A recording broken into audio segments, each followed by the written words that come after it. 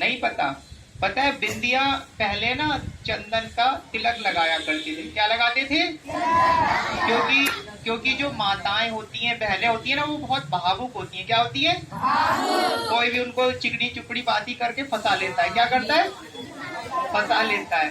तो उसका ये भावनात्मक, ये जो भावना केंद्र है ना, ये तीसरा नेत्र जागृत रहे, हमेशा सतर्क रहे, वो स्थिर रहे, कोई लल्लू पंजू उनको कुछ भी बोले और फंसा ले, ऐसा नहीं होना चाहिए। इसलिए उनको क्या क्या शास्त्रों ने क्या आदेश दिया है कि तिलक लगाना चाहिए, ताकि हमारे शिव जी को देखा हमने त्रिपुंड लगाते। क्या लगाते? हमारे ऋषियों को देखा है तिलक लगाते कि नहीं लगाते? लगाते ना। तो तिलक की बहुत ज्यादा महिमा है, तिलक हमें लगाना चाहिए और तिलक बहुत जरूरी है। आपने भगवान के माथे पर देखा होगा, राम जी के माथे पे देखा है? देखा है ना? इसी तरह हमें भी लगाना चाहिए। अभी कुछ बच्चों के माथे पे दिख रहा है तिलक, कुछ बच्चों के माथे, ये गुड़िया के माथे पर है, और भी ये गुड़िया के माथे पर है ना। जो बच्चे नहीं करके आए, ये गुड़िया के माथे पर है। बहुत अच्छे बच्चे हैं, आगे चल के ये सफल होंगे, पढ़ाई में भी अच्छे। ये देखो, ये छोटू ने भी लगा रखा है ना। तिलक लगाना बहुत अच्छी बात है। और हाथों में कई लोग ना ब्रेसलेट पहन लेते। क्या पहन लेते? ब्रेसलेट पहनने से हमारी जीवन शक्ति का ह्रास होता है। हमें ब्रेसलेट नहीं पहनना है, हमें कलावा बांधना है। क्या बांधना है? कलावा जैसी चीजें बांधो, अथवा कोई तुलसी की माला, रुद्राक्ष की माला, इस तरह की पहनना चाहिए। कई बच्चे ना गले में क्रॉस लटका लेते। क्या लटका लेते? तो क्रॉस देखने से हमारी जीवन शक्ति का ह्रास होता है, मतलब हमारी जीवन शक्ति क्षीण होती है। होती है कि नहीं होती है? इस तरह से देखना। आप एक बात बताओ, आपकी मैडम आपको आपके एग्जाम में इस तरह से दे दे तो अच्छा लगेगा, यूं दे दे तो अच्छा लगेगा? राइट, सही वाला ना। तो फिर हमें देखो, इससे ना पॉजिटिव एनर्जी हमारी बढ़ती है। तिलक लगाना है ना, तिलक लगाने से हमारी पॉजिटिव एनर्जी बढ़ती है। परंतु गले में हम क्रॉस टांगेंगे तो हमारी जीवन शक्ति भी कम होगी। कई बच्चे ना ऐसे हाथ मिलाते हैं। आप में से हाथ कौन कौन मिलाता है? हाँ, इसीलिए इतने छोटे छोटे रह गए हो। जो हाथ मिलाता है ना, उसकी जीवन शक्ति पता है क्या होती है? क्षीण होने लगती है। और हाथ कौन मिलाता है पता है आपको?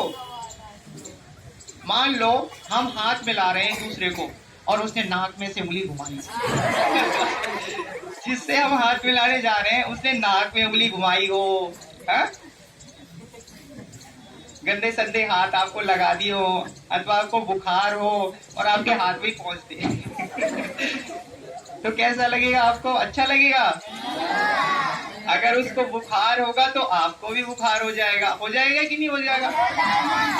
अभी कोरोना काल में कैसे करते थे लोग? दूर से ही नमस्कार, किस तरह से करते थे?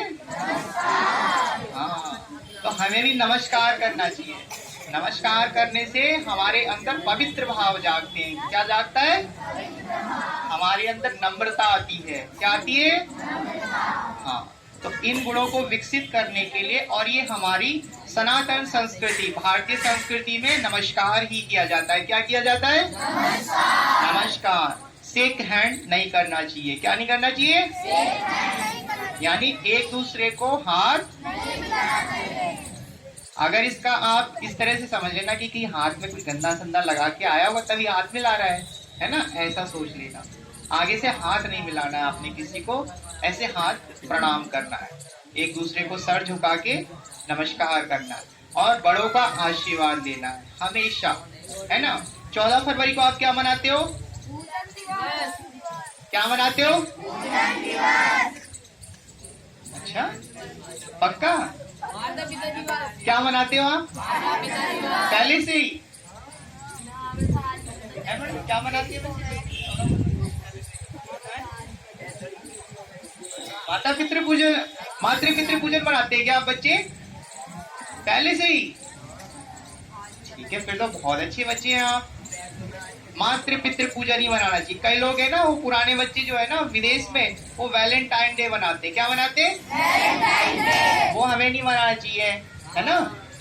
वैलेंटाइन डे वो तो क्रिश्चियन लोग मनाते हैं, उनके मजहब में सिखाया जाता है। परंतु हमारे सनातन धर्म में अपने माता पिता का सम्मान करना, अपने माता पिता का वंदन करना और अपने गुरुओं का वंदन करना, हमारी संस्कृति में आता है कि मातृ देवो भव, बोलो पितृ देवो भव, आचार्य देवो भव। जो हमारे आचार्य हैं, आचार्य माने आपके टीचर्स हैं, आपके शिक्षक हैं, है ना, या आपके प्रधानाचार्य प्रिंसिपल मैम है, ये सभी आपके कौन हैं? आचार्य हैं। कौन है? जो अपने माता पिता और गुरुओं का सम्मान करता है, उनकी 4 चीजें बढ़ती हैं। क्या चीजें बढ़ती हैं? कौन सी? पता ही नहीं है। अगर आप रोज सुबह जल्दी उठते, है ना, जल्दी उठते, भूमि वंदन करते, दोनों हाथ देखकर भगवान के दर्शन करते और सूर्य भगवान को जल देते, तुलसी के 5 पत्ते खाते, 2-4 प्राणायाम करते, भ्रामरी प्राणायाम करते, माता पिता को रोज प्रणाम करते, पिज्जा बर्गर चॉकलेट खाते हो? कौन कौन खाता है? बहुत अच्छे लगते हैं ना? किसको मजा आता है चॉकलेट खाने में? बर्गर खाने में कितना मजा आता है? कौन कौन खाता है आप में से? हाँ? जो हाथ खड़ा नहीं करेगा उसके बाल उड़ जाएंगे। मतलब जो खाता है वही हाथ खड़ा करे। और मोमो कौन कौन खाता है? वाह वाह वाह, पेट का सत्यानाश कर रखा है। पता है जो मोमो खाता है ना, मोमो खाता है उसका पेट खराब ही रहता है, उसका दिमाग भी जाम हो जाता है, उसका पेट भी जाम हो जाता है। और जो वो खाता है ना मैगी, मैदे से बनी हुई मैगी, उसका तो पेट काट के निकालना पड़ता है आगे चल के, क्योंकि रोग हो जाते हैं बहुत सारे, पेट के अंदर सब जम जाता है। क्या हो जाता है? जम जाता है। और उसका दिमाग भी काम नहीं करता, हैंग हो जाता है। फोन में वायरस आ जाए तो क्या होता है? रुक जाता है ना फोन। इसी तरह दिमाग भी रुक जाता है और शरीर भी कमजोर हो जाता है। फिर इतने छोटे छोटे बच्चे रह जाते हैं। ये देखो, इतने ये भी बड़े नहीं हो रहे, आप भी छोटे छोटे रह रहे, क्योंकि आप सब पिज्जा बर्गर चॉकलेट और मोमो जैसी चीजें खाते हो। हम देखो कैसे विशाल हो गए, क्योंकि हम ये चीजें नहीं खाते, है कि नहीं? हम तगड़े है कि नहीं है? क्योंकि हम ये चीजें खाते ही नहीं है। आप भी ये चीजें छोड़ दोगे तो आप बहुत फायदे में रहोगे, आपका दिमाग भी काम करेगा और आपके माता पिता के पैसे भी खर्च नहीं होंगे। बोले पैसे कैसे खर्च नहीं होंगे? पैसे तो खर्च होते ही हैं। अरे भाई, जब आप बीमार नहीं पड़ोगे ये चीजें खा खा के, तो उनके पैसे बचेंगे कि नहीं बचेंगे?